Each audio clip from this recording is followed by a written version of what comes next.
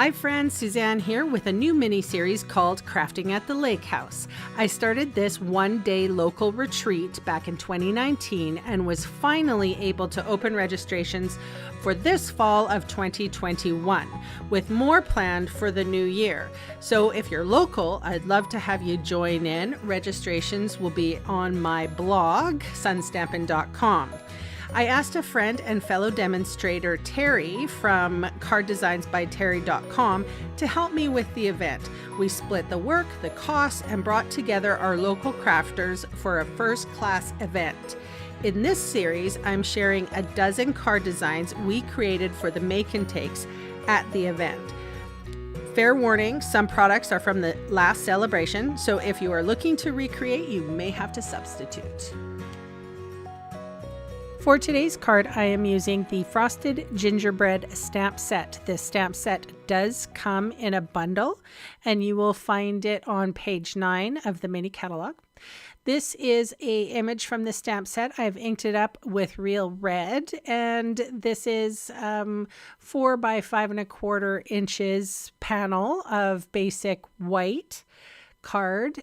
Regular weight stamping paper, and I've stamped that long image. Now I'm putting adhesive on the paper. The paper is called Gingerbread and Peppermint. It's super cute. And then I thought it better of an idea if I did my stamping first. So I don't know if you know this about me, but I actually really enjoy tiny little stamps like this because you can make your own designer series paper. And just in case you're wondering what that that is my Stampin' Chamois that I actually bleached. So it's very light pink. And then I cut it in half and I put it into a little case for ease of use. So it's just right there, super handy. So I can not stop even in the midst of stamping. I just sort of rub it off and I can go into another color. So I was alternating between garden green and real red.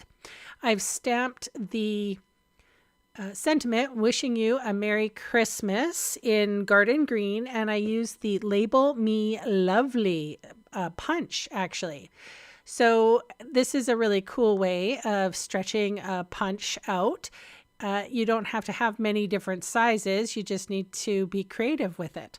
So I'm just putting a little bit of adhesive behind my label. And I've cut my garden green label in half, and now I'm just sort of flanking it on either side. So it's giving a little bit of a border, not too busy, and it actually works really nice. So here I am putting on the designer series paper. I chose this stripy number. I'm covering up a little bit of the stamping of that red long image, trimming off the excess, and then I'm going to adhere it to my card base. And again, the Gingerbread and Peppermint Sweet collection you're going to find on page 8 and 9 of the holiday mini catalog. I didn't get the bundle, to be honest, because it's kind of not really my style, but I did get a lot of stuff on this page. I got the embellishments, and I got the masks and the pretty pillow box dies. So don't overlook them. The pillow box dies are going to come in handy when you want to use a nice wrapping for your gift cards. All right, so this is a basic white thick card base. And again, I put that dimensional adhesive on the back of my label, but then I realized I need to stamp one more time. Didn't want it to be too blank underneath that sentiment.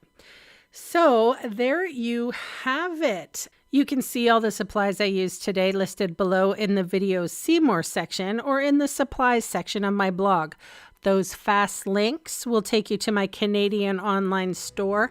I would love the chance to meet you and earn your business.